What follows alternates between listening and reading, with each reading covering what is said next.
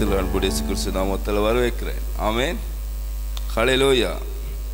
ஆமென். சூழ்நிலைகள் என்னவா இருக்கட்டும், ஆனால் எங்களை தேவன் எங்களுக்கு சார்பாக இருக்கக்கூடிய ஒரே தேவன். ஆமென். உங்களை பார்த்து சொல்லுங்க, உங்களுக்கு சார்பாக ஒருவர் இருக்கிறார். உங்களுக்கு சார்பாக அவர் இருக்கிறார் என்பதை அவர் நிரூபித்து இருக்கிறார். ஹல்லேலூயா. எங்கள் சார்பாக அவர் இருக்கிறார் சொல்லி அவர் எங்களை நிரூபித்திருக்கிற தேவன். இந்த சபையிலே தலைமுறைகளிலும் நாங்கள் ஆட்டுக்குட்டியானவரை நமஸ்காரிக்கவும் அவரை உயர்த்தவுமே நாங்கள் சபையில் கூடியிருக்கிறோம். ஆமென். நாங்கள் பரலோகத்துக்கு சென்ற பின்பும் அந்த ஆட்டுக்குட்டியானவரான எங்களுக்காக ஜீவனை கொடுத்த ஆட்டுக்குட்டிய கிறிஸ்துவை நாங்கள் உயர்த்தவே நாங்கள் போகிறோம். ஹல்லேலூயா. ஆமென். உங்களோட பிள்ளைகளை உங்களோட வைத்துக் கொள்ளுங்கள். நீங்கள் அங்கே இங்கே நீங்கள் தெரிய வேண்டாம். உங்களோட பிள்ளைங்களை அமைதியாக்க உங்களோட ஃபோன்களை கொடுக்க வேண்டாம். அது பிள்ளைங்களை நீங்கள் அநியாயமாக்குறதுக்கான வழி. அந்த பிள்ளைகளை வேறு பிள்ளைகளை உங்களுக்கு இருக்க முடியாததுனால் உங்களோட பிள்ளைகளை தூக்கிட்டு போக வேண்டாம். உங்களோட பிள்ளைகளை உங்களோட வைத்துக் கொள்ளுங்கள். முடியாத பட்சத்தில் வெளியே இன்று தேவ வார்த்தையை கேளுங்கள். ஹல்லேலூயா. தேவ வார்த்தையில் தேவனுடைய உயிர் இருக்கிறது. ஆமென். தேவனுடைய ஜீவன் இருக்குது. அவருடைய செய்து முடித்த கிரியை இருக்குது. திரும்பவும் சொல்லுகிறேன், சபை செய்ய கொடுங்க. தேவனுடைய வார்த்தையில் அவர் செய்து முடித்த கிரியை இருக்கிறது. பக்கத்தில் பார்த்து சொல்லுங்க, தேவ வார்த்தையில் அவர் செய்து முடித்த கிரியை இருக்கிறது. ஆமென். நீங்க தேவ வார்த்தையை கேட்டு விசுவாசிக்கிறது என்பது அவர் செய்து முடித்த கிரியையை நீங்கள் விசுவாசிக்கிறீர்கள், அதை அனுபவிக்கிறீர்கள். ஹல்லேலூயா. ஆமென். இந்த நாங்கள் மறுபடி பிறக்கிற அனுபவம் என்பது அது ஒரு நேரத்தில் உண்டாகிற ஒன்று அல்ல, ஒரு காலத்துக்கு உண்டாகிறது ஒன்று அல்ல. அது விளையாடும் போது எங்களுக்கு கிடைக்கிற ஒரு அனுபவம், அது விளையாட்டின் போது மட்டும் கிடைக்கிறது. சாப்பிடும் போது அது உள்ள அனுபவம் சாப்பிடும் போது மட்டும் அது கிடைக்கிறது. எங்க சரி போய் நாங்கள் பார்க்குற அழகான காட்சிகள், அதை பார்க்கிறதான நாள் மட்டுமே அந்த தன்மை நமக்குள்ள உருவாகிறது. பின்பாக அது ஒரு எண்ணமாக ஒரு சிந்தையாக மாத்திரமே இருக்கிறது. ஆனால் மறுபடி பிறக்கிற அனுபவம் என்பது அப்படி அல்ல. ஹல்லேலூயா. எந்த நாளும் எந்த நொடியும் அந்த அனுபவத்துக்குள்ள நாங்கள் நிற்கிறோம், அந்த அனுபவத்துக்குள்ள நாங்கள் உணர்கிறோம், அந்த அனுபவத்துக்குள்ள நாங்கள் செல்கிறோம். அந்த அனுபவம் இந்த நொடியும் நாங்கள் அனுபவிக்கிறோம். அது சபையில் மாத்திரம் அல்ல. ஹல்லேலூயா. சபை என்பது தேவனை கொண்டாடுகிற, தேவனை ஒன்றிணைக்க, இங்கு தேவ ஜனங்களை ஒன்றிணைக்கிற பலமான ஸ்தானம். ஆமென். இந்த காலை வேளையில தேவன் ஆவியானவர் சொல்கிற வார்த்தையை சொல்லி காரியத்தை நான் சொல்ல விருப்பம். அன்பு சபையே, அன்பு சபை குடும்பம், எனக்கு செவி கொடுங்கள். தேவனுடைய இந்த காலை வேளையில் ஆவியானவர் ஒரு வார்த்தையை ஞாபகப்படுத்துகிறார். கொலோசியர் 2வது அதிகாரத்திலே 2வது வசனம் இப்படி சொல்லுகிறது. ஆரம்பத்திலே இது பிரசங்கம் அல்ல, அவர் இந்த வார்த்தையை சொல்லி நான் பிரசங்கத்துக்கு போகிறேன். அவருடைய இருதயங்கள் தேற்றப்பட்டு அது அவர்கள் அன்பினாலே இணைக்கப்பட வேண்டும். ஹல்லேலூயா. அவருடைய இதயங்கள் தேற்றப்பட்டு அன்பினாலே இணைக்கப்பட வேண்டும். தேவனுடைய ரகசியங்கள் உங்களுக்கு வெளிப்படும்படியாக, தேவன் உங்களுக்கான ஐஸ்வர்யம், உங்களுக்காக வைத்திருக்கிற காரியங்கள், சபைக்கான தேவன் வைத்திருக்கிற முழு ஞானத்தின் விடுதலை சபை அறியும்படியாக சபை செய்ய கொடுங்க. எல்லா ஜனங்களும் உங்களுடைய இருதயங்கள் தேற்றப்பட்டு அவருடைய அன்பினாலே இணைக்கப்பட வேண்டும். நீங்கள் அவருடைய அன்பிலே இணைக்கப்படும் போது, உங்களுடைய இருதயங்கள் தேற்றப்படும் போது தேவனுக்கும் கிறிஸ்துக்குள்ளே உரிய ரகசியத்தின் முழு நிச்சயத்தின் பூர்ணமான உங்களுக்கான முழு ஐஸ்வர்யத்துக்கும் அது உங்களை பங்காளாக மாற்றுகிறது. ஆமென். திரும்பவும் சொல்கிறேன், உங்களுடைய இருதயங்கள் தேற்றப்பட்டு அவருடைய அன்பிலே இணைக்கப்பட வேண்டும் சபையிலே. ஆமென். மறுபடி பிறந்த ஜனங்களாக நீ உங்களுடைய இருதயங்கள் தேற்றப்பட்டு அவருடைய அன்பிலே நீங்கள் இணைந்தால் மட்டுமே அவருடைய ரகசியத்தின் முழு ஐஸ்வர்யம் உங்களுக்குள்ள வெளிப்படும். இல்லாவிட்டால் இது ஒரு வார்த்தை மட்டுமே. உங்களோட இருதயங்கள் தேற்றப்பட வேண்டும். உங்க இருதயம் எங்கே இருந்தாலும், உங்களோட சிந்தனை எங்கே இருந்தாலும், உங்களோட இருதயம் எவ்வளோ தன்மையில் இருந்தாலும் தேவனுடைய அன்பால முடியும் அதை இணைப்பதற்கு ஒரே ஆவியில் சபையிலே. ஆமென். நிறைய பேருடைய இருதயங்கள் தேற்றப்பட வேண்டும். ஹல்லேலூயா. தேற்றப்பட்டு அன்பிலே இணைக்கப்பட வேண்டும். தேவனுடையதான ஒரு மகத்துவமான ரகசியத்தின் பூர்ண நிச்சயத்தின் முழு ஐஸ்வர்யமும் வெளிப்பட. ஹல்லேலூயா. காலைவேளை ஆவியானவர் பலமா இந்த வார்த்தையை பேசினார். ஹல்லேலூயா. இதை நான் உணர்கிறேன், அனுபவிக்கிறேன். அன்பான தேவ பிள்ளைகள், வார்த்தைகளுக்கு செல்கிறோம். உங்களை மேன்மையாக வைக்க, உங்களை மேலே எடுப்பதற்காக, உங்களோட வாழ்க்கை மேலே கொண்டு போவதற்காக நான் 3 காரியங்கள் உங்களுக்கு சொல்ல விருப்பம். தேவன் சபை ஜனங்களை, முழு சபையையும் மேன்மையாக மேலே கொண்டு போகும்படியாக, உயர்வாக கொண்டு போகும்படியாக, உலகத்தின் நிறைய வழிகள் சொல்லுவார்கள் மேலே போகும்படியாக, முன்பாக போகும்படியாக நிறைய காரியங்களை முன்வைக்கிறார்கள். அன்பான தேவ பிள்ளைகளே, அது அது அது எங்களுக்கு அதை நாங்கள் கடைபிடிக்க தேவையில்லை. ஹல்லேலூயா, ஆமென்.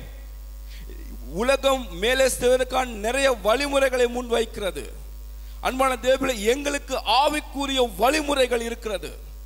ஹல்லேலூயா. இந்த ஆவிக்குரிய வழிமுறைகளும் உலகத்துக்குரிய வழிமுறைகளை இந்த ஆவிக்குரிய வழிமுறைகளாலே இந்த உலகத்தில் உள்ள வழிமுறைகளை நீங்க கையாள வேண்டும். இங்க என்ன பிரச்சனை தெரியுமா? இந்த உலகத்துக்குரிய வழிமுறைகள் தான் நீங்கள் இந்த ஆவிக்குரியதான வழிமுறைகளில் கையாளுகிறீர்கள். அதாவது உலக ஞானத்தில் தான் நீங்கள் வேதத்தை பார்க்கிறீர்கள். உலக வழிமுறைகளில் தான் நீங்கள் தேவனுடைய வார்த்தையில் கீழ்ப்படிய பார்க்கிறீர்கள். உலகதான கட்டுப்பாட்டில் தான் நீங்கள் கிறிஸ்தவ வாழ்க்கையில் வாழ பார்க்கிறீர்கள். உங்களுக்கான கட்டுப்பாட்டின் நீதிகளை ஆவிக்குரிய தன்மையோடு உருவாக வேண்டும். அதுதான் நீங்கள் இந்த உலகத்தின் காரியங்களையும் உலகத்தின் நீதிகளையும் உலகத்தின் ஞானங்களை கையாள அதுக்கு முகம் கொடுக்க உங்களை தகுதியாக மாற்றும். இல்லாவிட்டால் அன்பானவர்களை, இந்த உலகம் உலகத்தின் வழிமுறைகளும் உலகத்தின் ஞானங்களும் உங்களை சிறையாக்கி கொள்ளும். நீங்கள் அதையே பின்பற்றுவீர்கள், அதையே ஞானம் என்று சொல்லுகிறீர்கள், அதுவே ஐஸ்வர்யம் என்று சொல்லுகிறீர்கள். ஏன்னா அதுக்கு மேலே ஒன்று தெரியாததுனாலே, ஹல்லேலூயா, அதுக்கு மேலே ஒன்று உங்களுக்கு விளங்காததுனாலே அதை பிடித்து கொண்டிருக்கிறீர்கள். அதனாலே உங்களோட ஆவிக்குரிய வாழ்க்கையில் நீங்கள் என்ன செய்கிறீர்கள்? ஆளுகை செய்ய பார்க்கிறீர்கள். அதன் அடிப்படையிலே உங்களோட வாழ்க்கையும் உங்களோட விசுவாசமும் வாழ்க்கையை அமைத்துக் கொள்ள பார்க்கிறீர்கள். எனக்கு அன்பான தேவ பிள்ளைகளை, நான் பேசும்போது உங்களுக்கு விளங்க நான் என்ன சொல்ல வருகிறேன் என்று நாங்கள் எடுத்து வாசிப்போம். அப்போஸ்தலர் புஸ்தகத்திலே 1வது அதிகாரத்திலே 2-3 வசனங்கள். அப்போஸ்தலர் நடபடிக்கைக்கு 1வது அதிகாரத்தில் 2-3 வசனங்கள். அவர் எடுத்துக்கொள்ளப்பட்ட நாள் வரைக்கும் செய்யவும் உபதேசிக்கவும் தொடங்கின எல்லாவற்றையும் குறித்து முதலாம் பிரபந்தத்தை உண்டு பண்ணினேன். அவர் பாடுபட்ட பின்பு 40 நாள் அளவும் அப்போஸ்தலருக்கு தரிசனமாகி தேவனுடைய ராஜ்யத்தை குறித்தவைகளை அவர்களுடனே பேசி அநேகம் தெளிவான திஷ்டாந்தங்களினாலே அவர்களுக்கு தம்மை உயிரோடு இருக்கிறவராக காண்பித்தார். ஹல்லேலூயா. நான் கைகளை தட்டி தேவனை மகிமைப்படுத்துவோம். ஹல்லேலூயா. இதில் பலமான ஒரு ரகசியம் வெளிப்பாடு இருக்கிறது.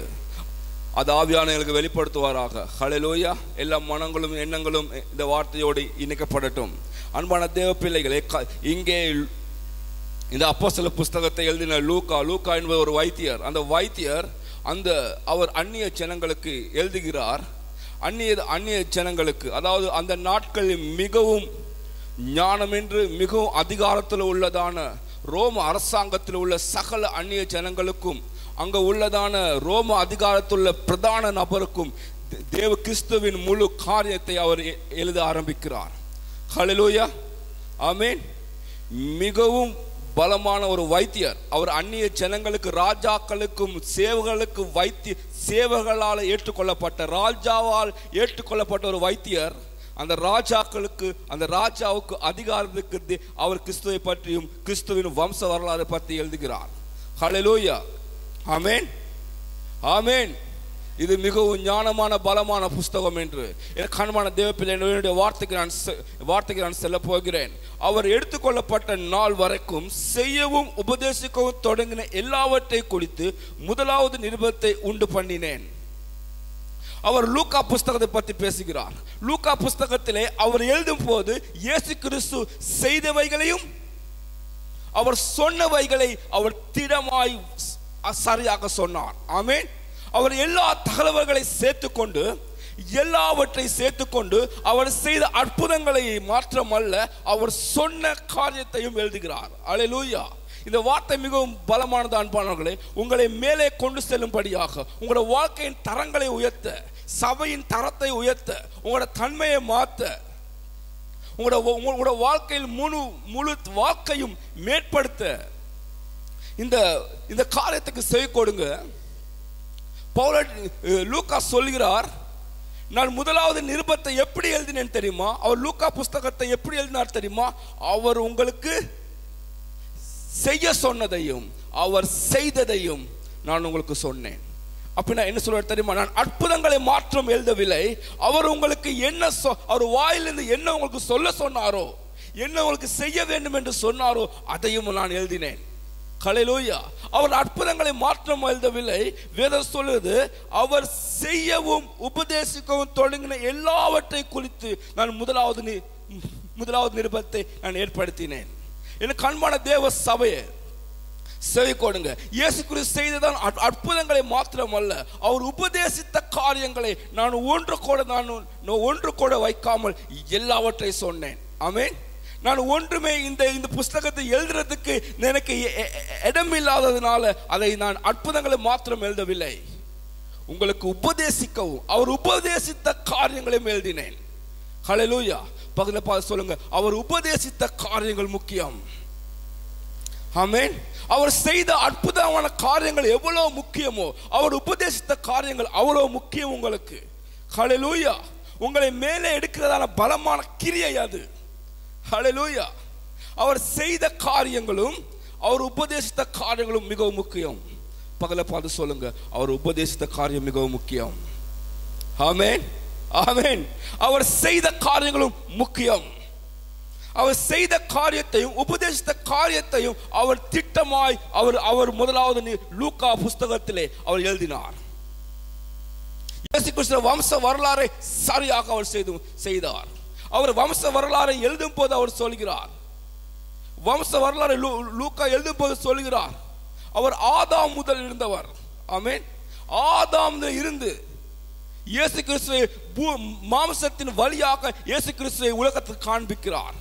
அவர் ஆதாமில் இருந்து வந்தவர். அவர் யூதா கோத்திரத்துக்கு எப்படி சேர்த்தார் என்று சொல்கிறார். எனக்கு அன்பான தேவ பிள்ளைகளே, என் முதலாவது காரியம், அவருடைய உபதேசம் உங்கள் வாழ்க்கையை மேன்மைப்படுத்தும், உங்கள் வாழ்க்கையை மேலே கொண்டு போகும். ஹல்லேலூயா, ஹல்லேலூயா. நிறைய பேர் அற்புதங்களை வைத்து அவனோட வாழ்க்கையை கடக்க பார்க்கிறார்கள். ஹல்லேலூயா. அற்புதங்களையும் அவர் உபதேசித்தவைகளை அவர் சரியாக சொன்னார். ஆமென். அவர் உபதேசித்த பல காரியங்களை ஜனங்கள் விட்டு விடுகிறார்கள். ஏன்னா அந்த காரியங்கள் தான் உங்களை மேன்மைப்படுத்த இருக்கிறது. என் அன்பான தேவ பிள்ளைகளை, உபதேசம் மிகவும் முக்கியம். இயேசுக்கு வேதம் சொல்லுது, ஆரம்ப சபை அவருடைய உபதேசத்திலும், ஹல்லேலூயா, அப்போஸ்தலருடைய உபதேசத்திலும் அற்பம் பிக்குதலும் அவர்கள் பலமாய் தரித்திருந்தார்கள். அந்த உபதேசத்தில் அவர்கள் நிலைத்திருந்தார்கள். ஆனால் பலமான அற்புதங்கள் அவர்களுக்குள்ள நடந்தது. ஹல்லேலூயா. இயேசு கிறிஸ்து சொன்னார், நான் சொல்ற வார்த்தையின்படி செய்து நீங்கள் நிலைத்திருந்தால் நீங்கள் பல கனிகளை குடிப்பீர்கள், அதிக கனிகளை குடிப்பீர்கள். நான் சொல்வதை கேட்டு என் உபதேசத்தில் நீங்கள் நிலைத்திருந்தால் எனக்கு நீங்கள் சீசராக இருப்பீர்கள். அதன்படி செய்தால் எனக்கு நீங்கள் நண்பராகவும் இருக்கிறீர்கள். ஹல்லேலூயா. எனக்கு ஞாபகம் வருகிறது, இயேசு கிறிஸ்து போகும்போது ஒரு பெண் இயேசு கிறிஸ்துவை இப்படி வாழ்த்துகிறாள். உமக்கு பால் கொடுத்த முலைகளும் உம்மை சுமந்த கர்ப்பமும் பாக்கியம் உள்ளது என்று சொல்கிறார். ஆமென். ஒரு ஸ்திரீ இயேசு கிறிஸ்து இப்படி வாழ்த்துகிறார். இயேசு கிறிஸ்து பிரசங்கம் பண்ணும் போது ஒரு ஸ்திரீ சொல்லுகிறார், இந்த உமக்கு பால் கொடுத்ததான தாய், உம்மை சுமந்ததான தாய் மிகவும் பாக்கியவதி. ஹல்லேலூயா. இயேசு கிறிஸ்து சொல்கிறார் திரும்பி பார்த்து, ஆனாலும் என் வார்த்தையை கேட்டு அதன்படி செய்கிறவன் மரியாதை விட பாக்கியவான். ஹல்லேலூயா. ஆமென். ஸ்திரீகளில் பெண்களில் பிறந்தவர்களில் யோவான் ஸ்நானகனை விட பெரிய ஆள் யாரும் இல்லை. இதான் வேதம் கற்பிக்கிறது. ஆமென். பெண்களில் பிறந்தவர்கள், ஆமென், பூமியில பிறந்த மனுஷர்களில் யோவான் ஸ்நானகனை விட பெரியவன் இல்லை. இயேசு கிறிஸ்து சொல்கிறார், அப்படி இருந்தும் என்னுடைய வார்த்தையை கேட்டு அதன்படி செய்கிறவர்கள் அவனை பார்க்கலும் நீங்கள் பாக்கியவான். ஆமென். அவருடைய உபதேசம் மிக முக்கியம் அன்பானவர்களே. அவருடைய உபதேசத்தை தள்ளாதீர்கள். அன்பான தேவ சபையே, நிறைய பேருக்கு உபதேசிக்க இயலாது. மற்றதெல்லாம் சரி உபதேசிக்க உபதேசங்களை ஏற்றுக்கொள்ள விருப்பம் இல்லை. கிறிஸ்து அநேக தரம் அநேக நேரத்தை அவர் செலவு செய்தார் ஜனங்களுக்கு உபதேசிக்க. நிறைய காரியங்கள் அவங்களுக்கு புரியவில்லை, நிறைய காரியங்களை ஏற்றுக்கொள்ளவில்லை, ஆனால் அவர் உபதேசித்தார். ஆமென். மனிதனுடைய வாழ்க்கையின் முழு தன்மையும் மாற்றுகிறதான காரியம் அவருடைய உபதேசம். பவுல் அடிக்கடி சொல்லுகிறார், இந்த ஆரோக்கியமான உபதேசத்தை விட்டு விலக வேண்டாம்.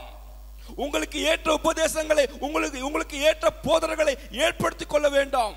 உங்களுக்கு ஏற்றதான உபதேசங்களை ஏற்படுத்தி பின்பற்ற வேண்டாம். கடைசி நாட்களில் அதை பின்பற்ற வேண்டாம். அது அல்ல உங்களை மேன்மைப்படுத்துகிறது. ஹல்லேலூயா. அன்பு சபையே, உபதேசம் மிகவும் முக்கியம். ஏன் தெரியுமா? அந்த உபதேசத்திற்குள்ளாக உங்களோட வாழ்க்கையின் முழு தன்மையும் அடங்கி இருக்கிறது. ஆமென். இப்படி நான் உதாரணம் சொல்லுகிறேன். சவுல் அடிக்கிறார். சவுல் அடிக்கிறார் இல்ல, சவுல் ராஜா. சவுல் ராஜாவை சாமுவேல் ஏற்படுத்திய போது முதல் யுத்தத்திலே அவன் தேவனுக்கு கீழ்ப்படிந்தான். தேவனுக்கு கீழ்ப்படியாம போனான். ஆமென். முதல் காரியத்திலே அவனை ராஜாவாக ஏற்படுத்திய முதல் காரியத்திலே அவன் கீழ்ப்படியாம போனான். ஹல்லேலூயா. அங்கே சாமுவேல் வருவதற்கு முன்பாக வேதம் சொல்லுது, ஜனங்கள் எல்லோருமே கில்காலிலே கூடியிருக்கிறார்கள். சுத்தி பெலிஸ்தர்கள் இருக்கிறார்கள் யுத்தத்துக்காக. இவர்கள் சர்வாங்க பலிகளை செலுத்திட்டு யுத்தத்துக்கு போக வேண்டும். இவர்கள் 7 நாளும் காத்திருக்கிறார். சாமுவேல் வருவரை காட்டி, சாமுவேல் ஆசாரியன், அவன் தான் பலி செலுத்த வேண்டும். எல்லாமே ஆயத்தப்படுத்தி இவன் காத்திருக்கிறான் பலி செலுத்த யுத்தத்துக்கு போக. பெலிஸ்தர்கள் இருக்கிறார்கள் சுற்றி யுத்தத்துக்காக. இப்படி இருக்கும் போது இவன் காண்கிறான், சாமுவேல் இன்னும் வரவில்லை. 7 நாள் வரை காட்டி பார்த்துக்கிட்டு இருந்தார். எத்தனை காட்டி பார்த்துருந்தார்? 7 நாள் வரை பார்த்துக்கிட்டு இருந்து அவன் காண்கிறான் ஜனங்கள் தன்னை விட்டு போவதை. ஆமென்.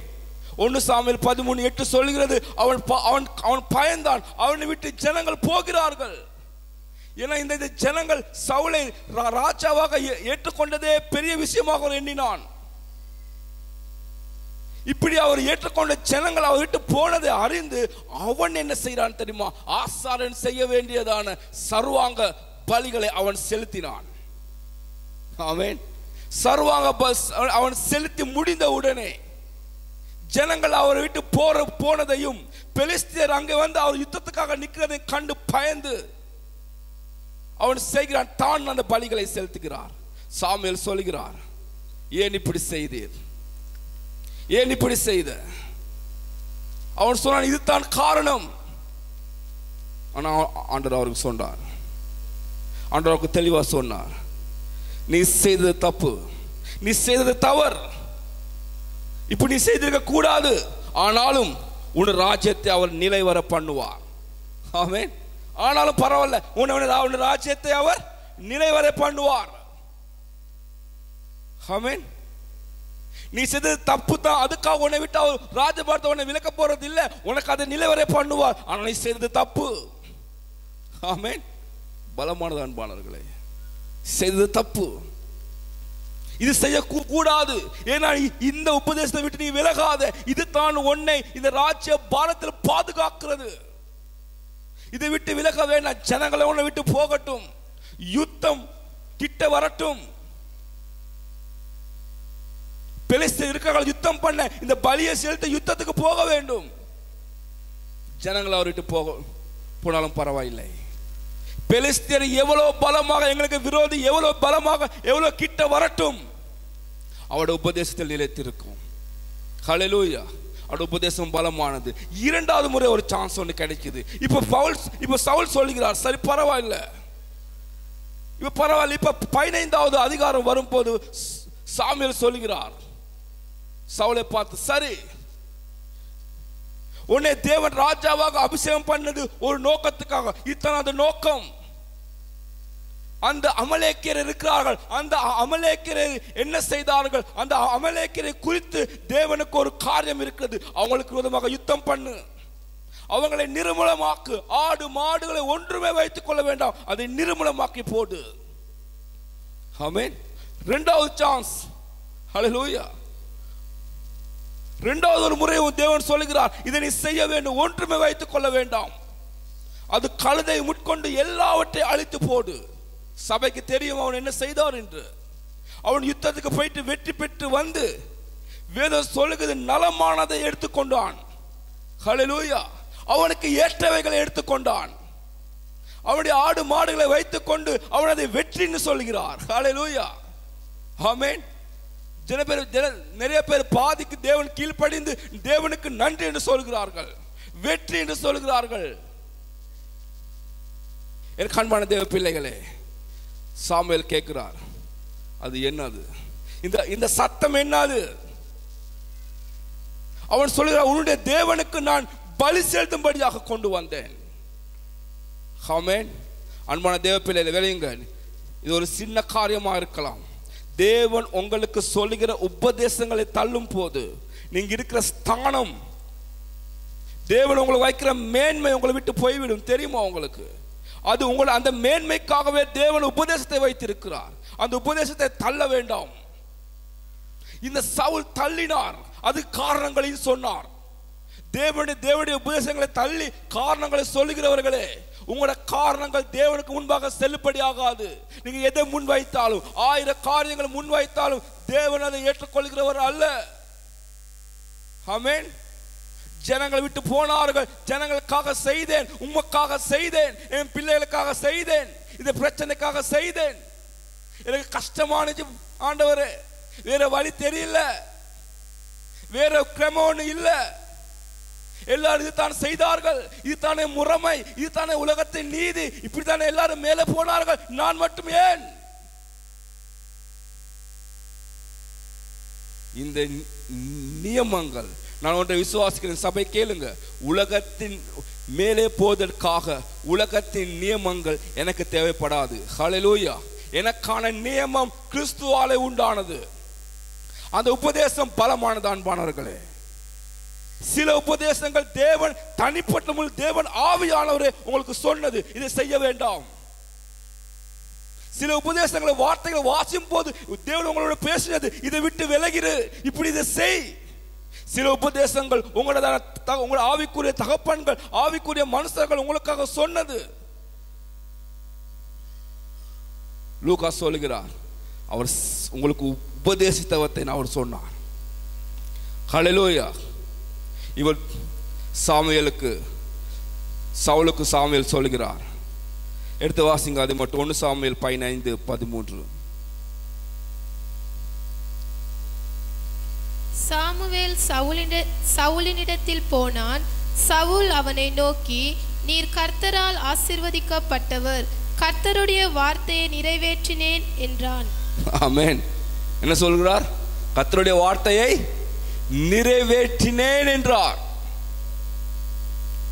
ஆமென். சபை கேளுங்க, உங்களுக்கு ஏற்றவைகளை செய்து கொண்டு கர்த்தருடைய வார்த்தை நிறைவேற்ற என்று சொல்ல வேண்டாம். உங்களுக்கு ஏற்றவைகளையும் உங்களுக்கு லேசான முறையில் நடந்து கொண்டு நான் செய்த பாஸ்டர் செய்ய வேண்டாம். ஏன்னா பவுல் என்ன இந்த சாமுவேல் அவருக்கு சொல்கிற அழகான ஒரு வார்த்தை,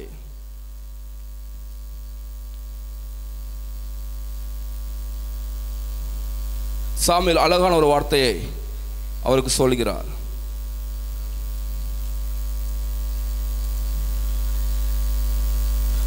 சாமுவேல் சொல்கிறார் அவருக்கு, இரண்டகம் பண்ணுவது, ஆமென், இரண்டகம் பண்ணுவது பில்லி சூனியத்துக்கு சமன்.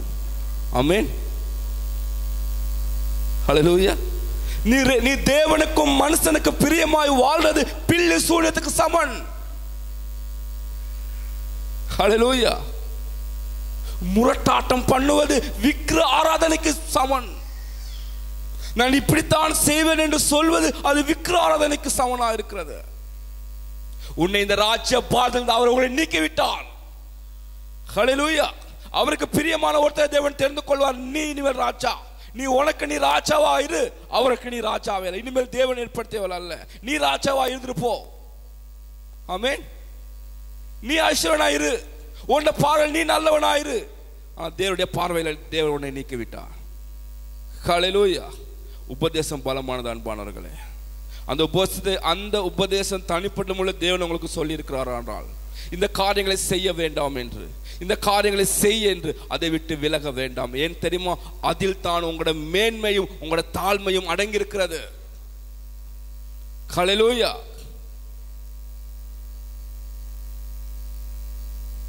தேவன் ஈசாக்குக்கு சொன்னார், நீ எகிப்துக்கு போக வேண்டாம், இங்கே இரு. ஆமென். தேவன் சில மனுஷர்களுக்கு குறிப்பிட்ட ஒருத்தருக்கு ஒருத்தர் வித்தியாசமா இருக்கலாம் உபதேசங்கள். உங்களுக்கு தேவன் தெளிவாய் சொன்ன உபதேசம் என்ன? இது செய்ய வேண்டாம் என்று தேவன் அடிக்கடி உன்னை வற்புறுத்துற உபதேசம் என்ன? இது விட்டு விலகிற, இது நல்லது இல்லை என்று உனக்கு வார்த்தைகளை மனசாட்சிக்கு சொல்றதா? மனசாட்சியோட தேவன் ஆவியான பேசுற காரியங்களை இன்னும் எத்தனை தூரம் அது ரெண்டகம் பண்ணி கொண்டிருக்கிறாய்? அதை எப்படி பிடித்து கொண்டிருக்கிறாய்? என் கண்பான தேவ பிள்ளைகளே, மத்தேயு 6வது அதிகாரம் 24 வசனம் சொல்லுகிறது, ஒரு எஜமானுக்கு 2 பேர் ஊழியம் செய்ய, ரெண்டு எஜமானுக்கு ஒருத்தருக்கு ஊழியம் செய்ய முடியாது. ஆமென். 2 எஜமானுக்கு ஒருத்தனுக்கு வேலை செய்ய முடியாது. அவன் ஒருத்தனை சிநேகிப்பான், ஒருத்தனை விரோதிப்பான். உன் வாக்கு 2 எஜமான்களை வச்சுக்கொள்ள வேண்டாம். இயேசு கிறிஸ்து சொல்லுகிறார், உலக பொருட்களுக்கும் தேவனுக்கு ஒருத்தருக்கு ஊழியம் செய்ய முடியாது. தேவனுக்கும் உலகத்தின் பொருட்களுக்கும் உங்களுக்கு ஊழியம் செய்ய முடியாது. நீங்கள் அவைகளை எஜமானாக்கி கொள்ள வேண்டாம். உங்களோட பழைய எஜமானர்கள் கீழ்ப்படிய தேவையில்லை. உங்களோட பழைய எஜமானர்கள் கீழ்ப்படிய தேவையில்லை. தேவன் அவங்களை விடுதலை ஆக்கி இருக்கிறார். நீங்க முந்தி பழைய எஜமானர்கள் கீழ்ப்படிந்திருந்தீர்கள். கிறிஸ்து அவங்களை விடுதலை ஆக்கி இருக்கிறார். அன்பான தேவ பிள்ளைகள், பணம் என்பது உங்களுக்கு எஜமான் அல்ல. பணம் என்பது உங்களோட வேலைக்காரன். நீங்க பிறந்தது தொழில் செய்வதற்காக அல்ல. நீங்க பிறந்தது பிசினஸ் செய்யறதுக்காக அல்ல. உங்களோட வாழ்நாள் முழுவதும் அங்கேயே மூழ்கி இருக்க தேவையில்லை. அது உங்களோட எச்சமானாக்கி கொள்ள வேண்டாம். நிறைய பேருக்கு அவங்களோட தொழில் தான் அவங்களோட எச்சமான். அது சொல்ற மாதிரி தான் அவங்களோட வாழ்க்கையை அமைத்துக் கொள்வார்கள். பணம் தான் அது எச்சமான். நீங்க யாரை எச்சமான் ஆக்கி கொள்கிறீர்களோ அதுக்கு நீங்கள் வேலை செய்ய வேண்டும். அதுக்கு நீங்கள் அடிமையா இருக்கணும். தெரியுமா உங்களுக்கு? நீங்க யாரை உங்களை எச்சமானாக்கி கொள்கிறீர்களோ அவன் சொல்வதை நீங்கள் செய்ய வேண்டும். நிறைய பேர் சிறையாக்கி கொண்டிருக்கிறது. நீங்க யாரை எச்சமானாக ஆக்கி கொண்டிருக்கிறீர்கள்? வேதம் சொல்லுது, தேவனுக்கும் உலக பொருட்களுக்கும் ஒருத்தனுக்கு ஊழியம் செய்ய முடியாது. ஒரே நேரத்தில் 2 பேருக்கு ஊழியம் செய்ய முடியாது. என் கண்பான தேவ பிள்ளைகளே, உபதேசம் மிகவும் முக்கியம். நினைக்கலாம், ஏன் இந்த விஷயத்துக்கு ஏன் இவ்வளோ நேரத்தை எடுக்கிறேன்னா, அன்பான தேவ பிள்ளைகள், ஆவியானவர் சொல்லுகிறது, இந்த உபதேசம் விட்டு நிறைய பேர் விலகி போனார்கள். நிறைய பேருக்கு உபதேசிக்க இயலாது. அதுக்கு கீழ்ப்படிய விருப்பம் இல்லை. ஏன் தெரியுமா? அவனோட மனம் ஒன்றை வைத்திருக்கிறது. ஒரு மனம் ஒன்றிலே பின்பற்றுகிறது. அவர்கள் ஒன்றுக்கு அடிமையா இருக்கிறார்கள். அவர்கள் அதையே பின்பற்றி அதையே சரி என்று அதையே ஞானம் என்று வாதாடுகிறார்கள். அதுக்கு சப்போர்ட் பண்ற, அதுக்கு ஒத்துழைக்கிற நிறைய பேர் இருக்கிறார்கள். அது தாங்க சரி. இந்த உபதேசங்களை விட்டு விலகிறதுனாலே, அன்பான தேவ பிள்ளைகளே, ஒரு தேவனுடையதான் உங்களுக்கு தேவன் அடிக்கடி சொல்ற ஒரு உபதேசத்தை விட்டு நீங்க விலகிறதுனாலே, சபை விலகிறதுனாலே சபை மேன்மை அடையாமல் இருக்கிறது. அடுத்த வசனத்தை பார்ப்போம். அப்போஸ்தலர் 1வது அதிகாரத்தில் 3வது வசனம். அவர் பாடுபட்ட பின்பு 40 நாளளவும் அப்போஸ்தலருக்கு தரிசனமாகி தேவனுடைய ராஜ்யத்தை குறித்தவைகளை அவர்களுடனே பேசி அநேகம் தெளிவான திஷ்டாந்தங்களினாலே அவர்களுக்கு தம்மை உயிரோடு இருக்கிறவராக காண்பித்தார். ஆமென், ஆமென்.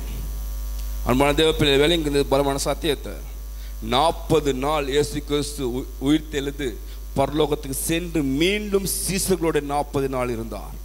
ஹல்லேலூயா. மகிமை உள்ளதான தேவனாக சீசர்களோட அவர் தன்னை உயிரோடு இருக்கிறவராக காண்பித்தார்.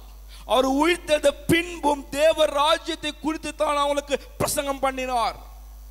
ஹல்லேலூயா. அவர் மரித்து உயிர்த்தது உடனே அவருடைய வேலை முடிந்தது என்று செல்லவில்லை. 40 நாள் அவர் பூமியில் இருந்து சீசர்களுக்கு தேவ ராஜ்யத்தை குறித்து தேவனுடைய காரியங்களை சிஷ்டாந்தமாய் வெளிப்படுத்தினார். தான் உயிரோடு இருக்கிற என்பதை அவர் நிரூபித்தார், அவர் வெளிப்படுத்தினார். சபை கொடுங்க, கிறிஸ்து உயிரோடு இருக்கிறதை நிரூபிக்கத்தான் சபை இன்னைக்கு இருக்கிறது உயிரோடு. ஹல்லேலூயா, ஆமென். இயேசு கிறிஸ்து அவர் உயிர் தெழுந்ததை தான் அவர் சொல்லிவிட்டு செல்லவில்லை. 40 நாள் அவங்க சீசர்களோடு இருந்தார். 40 நாள் அவங்களுக்கு உபதேசித்தார். 40 நாள் அவங்களோட பேசினார். தேவனுடைய பலமான ரகசியத்தை அவங்களுக்கு வெளிப்படுத்தினார். ஆவியானவர் வந்த உடனே அதை பற்றி கொண்டது. ஹல்லேலூயா, ஆவியானவர் வந்த உடனே அது செயல்பாட்டுக்கு வந்தது. தேவனுடைய சகல அவருடைய உயிர்த்தெழுதலான பலமான கிரியைகள் எப்படி பற்றிக்கொள்ளும் என்று தெரியுமா? நீங்கள் அதை பற்றிக்கொண்டு அதை நீங்கள் விசுவாசித்து இருக்கும் போது ஆவியானுடைய தொடர்பு அதை பற்றிக்கொள்ள ஆரம்பிக்கும். அது தீப்பற்ற ஆரம்பிக்கும், உங்களை மறுரூபமாக்கும், உங்களோட சிந்தனையை மாற்றும், உங்களோட வழிகளை மாற்றும், உங்களோட முறைமைகளை மாற்றும், உங்களோட வாழ்க்கை தன்மைகளே மாற்றும். அன்பானவர்களே, இரண்டாவது காரியம் சொல்லி நான் முடிக்க போகிறேன். அவர் உயிர்த்தெழுந்தவர் என்பதை நிரூபிக்க நானும் நீங்களும் இருக்கிறோம். ஹல்லேலூயா. அவர் 40 நாள் அவரோ சீசனோடு இருக்கிறது போலவே ஆவியானவர் எங்களோடு சதா காலமாக இருக்கிறார், அவர் உயிர்த்தெழுந்ததை நிரூபிக்க. ஆமென். இந்த சத்தியத்தை கேளுங்க. அந்த உயிர்த்தெழுந்ததை நான் நிரூபிக்க நான் உயிரோடு இருக்கும் வரைக்கும் தான் எனக்கு வாய்ப்பு இருக்கிறது. ஆமென். புரியல? தமிழ் கதைக்க வேணாம். மேல உள்ளவங்க, இது இங்க கதைக்கிறதுக்கான ஸ்தானம் அல்ல.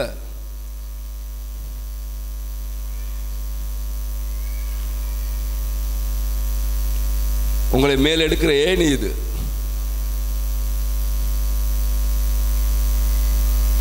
நிறைய பேர் பணம் வைக்க வேண்டிய இடத்தில் பணம் இல்லை, குடும்பம் இருக்க வேண்டிய இடத்தில் குடும்பம் இல்லை, எல்லாம் மாறி இருக்கிறது. ஹல்லேலூயா. தான் தொழிலை வைக்க வேண்டிய இடத்துல தொழில் இல்லை, தேவனை வைக்க வேண்டிய இடத்துல அல்ல அது வைத்திருக்கிறோம். பணத்தை வைக்க வேண்டிய இடத்துல அல்ல பணத்தை வைத்திருக்கிறோம். குடும்பத்தை வைக்க வேண்டிய இடத்துல அல்ல குடும்பத்தை வைத்திருக்கிறோம். ஊழியத்தை வைக்க வேண்டிய இடத்துல அல்ல ஊழியம் வைத்திருக்கிறோம். எல்லாம் தலைக்கீழாக தலை மாறி இருக்கிறது. யோசிச்சு பாருங்க.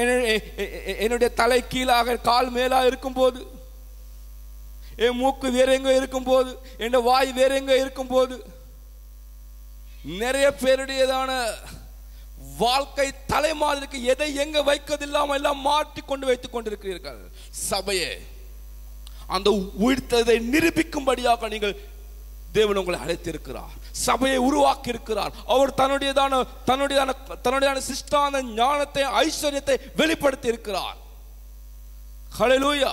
அது சபைக்குள்ளே வெளிப்படும்படியாக, அந்த பரம ரகசியத்தை, அந்த மறைந்த ரகசியத்தை சபைக்கு வெளிப்படுத்தும்படியாக, அந்த அளவற்ற ஐஸ்வர்யத்தை உலகத்துக்கு வெளிப்படுத்தும்படியாக சபையை தேவன் தெரிந்திருக்கிறார். அவர் உயிர்த்தெழுந்ததை அவர் நிரூபித்தார். 40 நாள் நிரூபித்தார். 40 நாள் அவரோடு இருந்து அவர் பரலோகத்துக்கு எடுத்துக் கொள்ளப்பட்டார். ஹல்லேலூயா. அவர் உயிர்த்தெழுந்ததை உங்களுடைய வாழ்க்கையில் நீங்கள் கேள்விப்பட்டிருக்கிறீர்கள், நீங்கள் அனுபவித்திருக்கிறீர்களா? உங்களால் நிரூபிக்க முடியுமா? சீசர்கள் அவர் உயிர்த்தெழுந்ததை பலமாய் பிரசங்கம் பண்ணினார்கள், பலமாய் நிரூபித்தார்கள். வேதம் சொல்லுது, அவர் கிறிஸ்து உயிர்த்தெழுந்தார் என்பதை அவர்கள் பிரசங்கம் பண்ணினார்கள், நிரூபித்தார்கள். வேதம் சொல்லுகிறேன், தேவ கிருபை அவங்க யாவரும் மீது பரிபூர்ணமாக இருந்தது. ஹல்லேலூயா. அவருடைய உயிர்த்தெழுதல் நமக்குள்ளே உருவாக வேண்டும். அந்த உயிர்த்தெழுதல் நமக்குள்ளே அது உண்டாக வேண்டும். அந்த உயிர்த்தெழுதல் அவரோடு அது நடப்பதற்காக அவருடைய மரணத்தோடு இணைக்கப்பட்டு அவருடைய உயிர்த்தெழுதல் நாங்கள் இணைக்கப்பட வேண்டும். திரும்பவும் சொல்கிறேன், உங்களோட பழைய எஜமானுக்கு நீங்க கீழ்ப்படுகிறதுனாலே, பழைய எஜமானுக்கு நீங்கள் ஊழியம் செய்கிறதுனாலே, உலக பொருட்களுக்கு நீங்கள் ஊழியம் செய்கிறதுனாலே நீங்கள் அவருக்கு அடிமையாக இருக்கிறீர்கள். 40 நாள் அவர் மரித்து உயிர்த்தெழுந்த பின்பு 40 நாள் சீசர்களோடு இருந்தார். பலமான ரகசியங்களை, பலமான விடுதலைகளை, பலமான காரியங்களை அவர்களுக்குள்ளாக பேசினார். சீசர்கள் அதை பலமாய் அந்த 40 நாள் அவரோடு கூட இருந்தார்கள். ஹல்லேலூயா. 40 நாள் அவரோடு கூட இருந்து அவருடைய காரியங்களை கேட்டு அவருடைய உயிர்த்தெழுதலை அவருடைய வாழ்க்கையில் அனுபவித்தார்கள். எனக்கு அன்பான சபையே, அந்த உயிர்த்தெழுதல் அவர் நமக்குள்ளேயும் அதை வெளிப்படுத்த விருப்பம். ஹல்லேலூயா. அவருடைய உயிர்த்தெழுதல் நமக்குள்ள அவர் வெளிப்படுத்த விருப்பம். அவர் உயிர்த்தெழுதல் நமக்குள்ள வெளிப்படுத்த விருப்பம். அதுக்கு எங்கட சின்ன, எங்கட மனது, எங்கட வாழ்க்கை நம்மளுக்கு சிலுவையில் ஒப்பு கொடுக்க வேண்டும். ஹல்லேலூயா. எங்கட எண்ணங்களை சிலுவைக்கு ஒப்பு கொடுக்க வேண்டும்.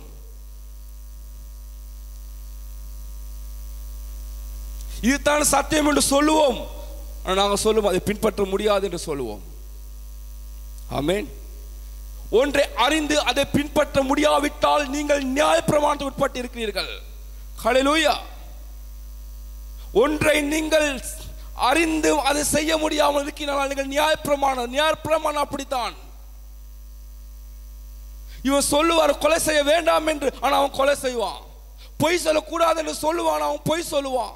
மற்றவனை பிடித்த ஒன்று கோல் சொல்லக்கூடாது என்று சொல்லுவான், ஆனா அதை அவன் செய்வான். ஏன்? நியாயப்பிரமாண சாபத்துக்குள்ள அவன் நிற்கிறான். அவனுக்கு சரின்னு தெரிஞ்சதை அவனால் செய்ய முடியாது. ஹல்லேலூயா. ஆமென். அவர் உங்களுக்கு சொன்ன எல்லாவற்றையும் அவர் செய்து முடித்த ஒரு கிரியை இருக்கிறது. ஹல்லேலூயா. அவர் சீசர்களுக்கு யாருக்கும் சொல்லவில்லை, இந்த நியாயப்பிரமாணத்தை நீ நிறைவேற்றுங்க என்று சொல்லவில்லை. அவர் சொன்னார், நான் நியாயப்பிரமாணத்தை நிறைவேற்ற வந்தேன், என்னை விசுவாசிங்கள். ஹல்லேலூயா. நியாயப்பிரமாணமும் தீர்க்க தரிசனமும் அவர்தான். ஹல்லேலூயா. முழு நியாயப்பிரமாணமும் முழு தீர்க்க தரிசனமும் அவர்தான். ஹல்லேலூயா. நீங்க அந்த புதிய மனுஷனுக்குள்ளாக அது உருவாகிறதுக்கு தான் ஆவியானவர் உங்களுக்குள்ளாக கிரியை செய்கிறார். சீசர்களுக்குள்ளே 40 நாள் இருந்து அவர் பரலோகத்துக்கு எடுத்துக்கொண்ட பின்பாக பெந்தெகோஸ்து நாளிலே ஆவியானவர் அவங்களோட கூட இருக்கிறார். ஹல்லேலூயா. இயேசு கிறிஸ்து சொல்கிறார், நான் போன பின்பாக ஆவியானவர் வந்து உங்களுக்கு நினைப்பூட்டுவார், இன்னும் உங்களுக்கு ஆழமாய் அதை ஞாபகப்படுத்துவார், ஆழமாய் அதை செயல்படுத்துவார். ஹல்லேலூயா. அன்பு சபையே, 40 நாள் அவர் உயிர்த்தெழுதலை பற்றி அவர் 40 நாள் அவங்களோடு இருந்து தான் உயிரோடு இருக்கிறதை நிரூபித்தார். சபை இன்னைக்கு அவர் உயிரோடு இருக்கிறதை நீங்கள் நிரூபிக்கிறீர்களா? உங்களோட குடும்பத்தில் நீங்க நிரூபிக்கிறீர்களா? உங்களோட தொழிலை நிரூபிக்கிறீர்களா?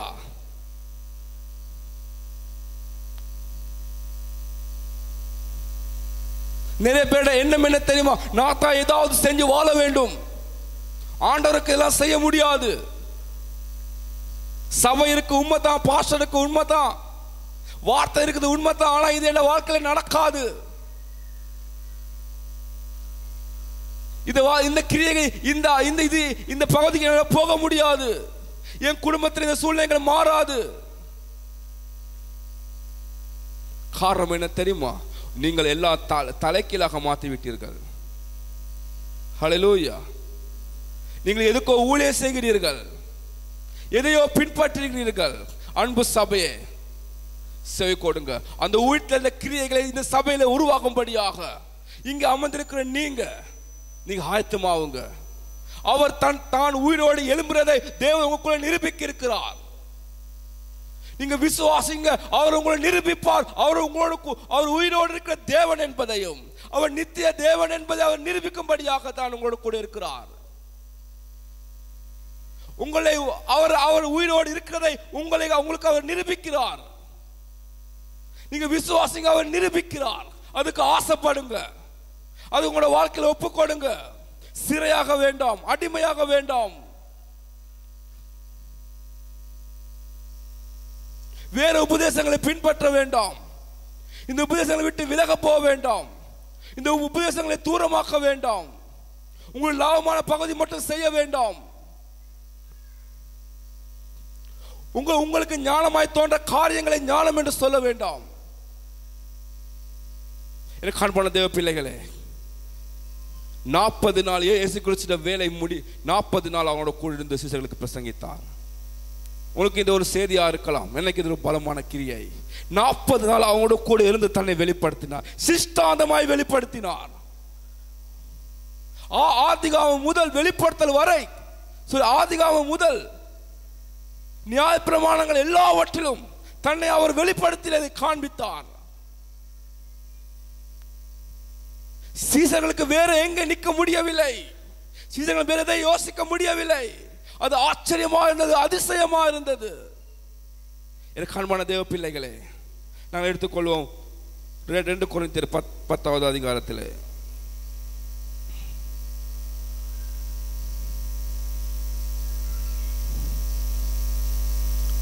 முதலாவது வசனத்தை வாசிங்க. 2 கொரிந்தியர் 10வது அதிகாரம் 1வது வசனம். உங்களுக்கு முன்பாக இருக்கும் போது தாழ்மையாயும் தூரத்திலே இருக்கும் போது உங்கள் மேல் கண்டிப்பாயும் இருக்கிற பவுலாகிய நான் கிறிஸ்துவின் சாந்தத்தையும் தயவையும் முன்னிட்டு உங்களுக்கு புத்தி சொல்லுகிறேன். ஆமென். சேகொடுங்க சபை. பவுலடியார் சொல்லுகிறார் கொரிந்து சபைக்கு, நான் உங்களோடு இருக்கும் போது தாழ்மையா இருந்தேன், இப்போ நான் உங்களுக்கு தூரமா இருக்கிறேன், நான் கண்டிப்பா இருக்கிறேன். ஆமென், ஆமென். நான் கண்டிப்பா இருக்கிறேன், நான் கண்டிப்பா இருந்தாலும் சாந்தத்தோட, நான் சாந்தத்தோட தயவையும் முன்னிட்டு உங்களுக்கு புத்தி சொல்லுகிறேன். பவுலாகிய நான் உங்களுக்கு புத்தி சொல்லுகிறேன். நான் தூரமா இருந்தேன், அப்போது தாழ்மையா இருந்த உங்களுக்கு இருந்தேன், இப்ப நான் கண்டிப்பா இருக்கிறேன். ஆமென். நான் கண்டிப்பாய் சொல்லுகிறேன், நான் கண்டிப்பாய் உங்களுக்கு புத்தி சொல்லுகிறேன். இப்படி புத்தி சொல்லுவது உங்களை நிர்மூலமாப்பதற்காக அல்ல, பவுல் சொல்லுகிறார் உங்களை ஊன்ற நிறுத்துவதற்காக. நான் புத்தி சொல்வது உங்களை இல்லாமப்பதற்காக அல்ல, நான் உங்களுக்கு புத்தி சொல்வது உங்களை ஊன்ற நிறுத்தும்படியாக, உங்களை ஸ்திரப்படுத்தும்படியாக, உங்களை உறுதியாக்கும்படியாக. ஆமென். நான் உங்களை கண்டிப்பது உங்களை அழிப்பதற்காக அல்ல, உங்க மேல இருக்கிற கோபத்துக்காக அல்ல, நீங்க காணிக்கை கொஞ்சமாய் கொடுத்ததுக்காக அல்ல, நீங்க எனக்கு மரியாதை கொடுக்கிறதுனால அல்ல, உங்களை ஊன்ற நிறுத்தப்படும்படியாக. பவுலாகிய நான் கண்டிப்பா இருக்கிறேன். இப்பொழுது நான் மிகவும் கண்டிப்பா இருக்கிறேன். நான் புத்தி சொல்லுகிறேன் உங்களுக்காக. ஹல்லேலூயா. பவுல் சொல்ற போர் ஆயுதங்களை தரித்துக் கொள்ளுங்கள். இது அரண்களை நிர்மூலமாக்கு, தடைகளை கட்டுகளை நிர்மூலமாக்குற தேவ பலன்.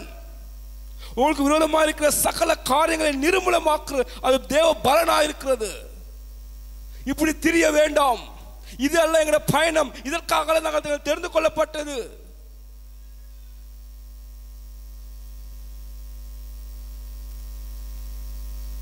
எனக்கு அன்பான தேவ சபையே, செவி கொடுங்க, வாலிபர்கள் செவி கொடுங்க.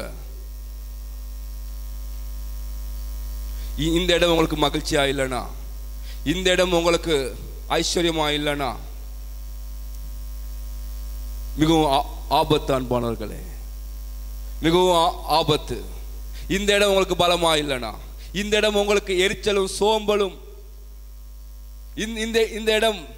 இந்த இடம் உங்களுக்கு தூக்கத்தையும் உண்டு பண்ணுதுன்னா, அன்பான தேவ பிள்ளைகளே, கிறிஸ்துவின் உயிர்த்தெழுதலின் கிரியைகள் உங்களுக்குள்ள உண்டாகவில்லை. நீங்கள் மறுபடி பிறக்கிற அனுபவம் இப்போதுக்குள்ளாக நீங்கள் இல்லை, இருந்திருப்பீர்கள், இப்பொழுது இல்லை.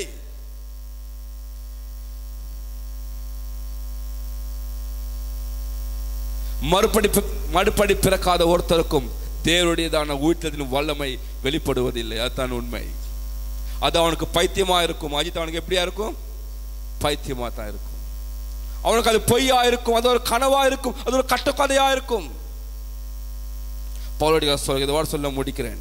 பவுல் சொல்லுகிறார் 5வது வசனம், 2 கொரிந்தியர் 10:5வது வசனம், அவைகளால் நாங்கள் தர்க்கங்களையும் தேவனை அறிகிற அறிவுக்கு விரோதமாக எழும்புகிற எல்லா மேட்டிமையும் நிர்மூலமாக்கி எந்த எண்ணத்தையும் கிறிஸ்துக்கு கீழ்ப்படிய சிறைப்படுத்துவர்களாக இருக்கிறோம். ஆமென். இது தாங்க ஆவிக்குரிய தன்மையில் உள்ள பலமான தகுதி. இந்த பேராயுதங்களால் நீங்கள் பேராயுதங்கள் அந்த அரண்களை நிர்மூலமாக்குவது அல்ல மட்டுமல்ல, அது என்ன செய்து தெரியுமா? உங்களை சிறையாக்கிக் கொள்ள தேவனை அறிகிறதற்கு விரோதமாக எழும்புற எண்ணத்தை நீங்க என்ன செய்றீங்க? இந்த வார்த்தை உங்களுக்கு புரியவில்லை, நீங்க புரியாதனால தொட்டு முழிச்சிட்டு இருக்கீங்க.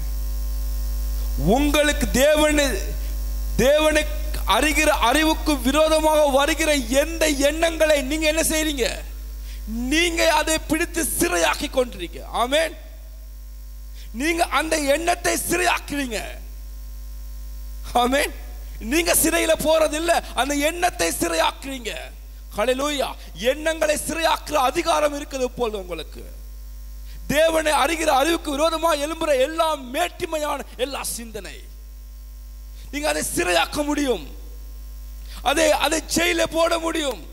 அதை சிறைச்சாலைக்கு தள்ள முடியும். அந்த எண்ணங்களை ஏன் தெரியுமா? நீங்க விடுதலை ஆக்கி இருக்கிறீர்கள். ஆமென். சாத்தானுக்கு விருப்பமே இல்லை நீங்கள் விடுதலை ஆனவர்கள் என்று நீங்கள் விசுவாசிப்பதற்காக. நான் இன்னும் பாவத்தில் இருக்கிறேன், நான் இன்னும் பலவீனன், நான் இன்னும் பாவி என்று சொல்லிக்கொண்டு இருக்கிறதுக்கு அவனுக்கு மாற விருப்பம். சதா காலமாய் அப்படித்தான் நீங்கள் செய்ய விருப்பம். ஆமென். நீங்கள் நீதிமான் என்று நீங்கள் ஏற்றுக்கொள்ள அவருக்கு விருப்பம் இல்லை. அவருக்கு விருப்பம் இல்லை, நீங்களும் விருப்பம் இல்லை.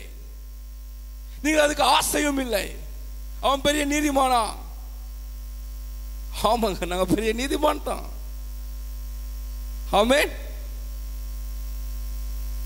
நீங்கள் நீதிமான் என்றது நீங்கள் விசுவாசிக்கத்தக்க ஒரு கிரியை நடந்திருக்கிறது. நீங்கள் பலவான்கள் என்று விசுவாசிக்கத்தக்க ஒரு கிரியை நடந்திருக்கிறது. ஆமென். அந்த கிரியைகளை நீங்கள் விசுவாசிக்கும் போது ஹல்லேலூயா, அது உங்களுக்குள்ள உருவாகிறதை நீங்கள் அறிவீர்கள். அன்பு தேவ சபையே, எங்களுடைய எண்ணங்களை பவுல் சொல்லல தேவன் சிறையாக்குவார் என்று நீங்கள் சிறையாக்குவீர்கள். ஆமென். உங்களால் அதை சிறையாக்க முடியும்.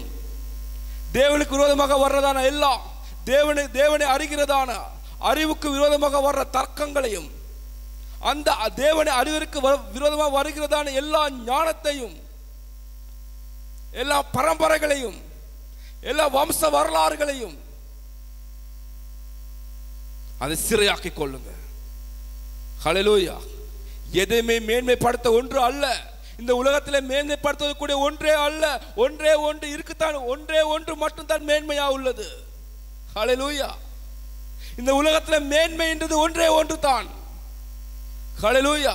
பவுல் சொல்லுகிறார், நான் அந்த நம் கர்த்தராகிய இயேசு கிறிஸ்துவின் சிலுவையை பற்றியது அல்லாமல் எதை பற்றி நான் மேன்மை பாராட்ட மாட்டேன். மேன்மை ஒன்று தான் இருக்கிறது, அது சிலுவை. ஹல்லேலூயா. அது தான் மேன்மை. எனக்கு இத்தனை பேர் இருக்கிறாங்க என்றது மேன்மை அல்ல. எனக்கு இத்தனை காரியம் இருக்குது மேன்மை சொல்வது அது பொய். நீங்க நம்பிக்கொண்டு இருங்கள். நீங்கள் செய்வது தான் சரி என்று சொல்லிக்கொண்டு இருங்கள். நீங்க தான் சரியான பாதையில் போகிறேன் என்று சொல்லிக்கொண்டு இருங்கள். அது மேன்மை அல்ல, அது வழி அல்ல, அது அல்ல முறைமை. அதுக்காக அல்ல கிறிஸ்து நமக்கு சபை கொடுத்தது. அன்பான தேவ பிள்ளைகளே, எண்ணங்களை சிறையாக்கிக் கொள்ள சொல்ல முடியும் அந்த ஆயுதங்களால. ஆமென். கிறிஸ்துவை அறிகிற தேவனை அறிகிற அறிவுக்கு விரோதமாக வருகிற எல்லாத்தையும் எல்லா எண்ணங்களையும் எல்லா தர்க்கங்களையும் உண்டு பண்ற எல்லா எண்ணங்களையும் நான் சிறையாக்கிக் கொண்டேன். ஆமென். அதை நான் சிறையில போட்டு விட்டேன். அன்பான தேவ பிள்ளைகளே, சபையை கண்களை மூடிக்கொண்டு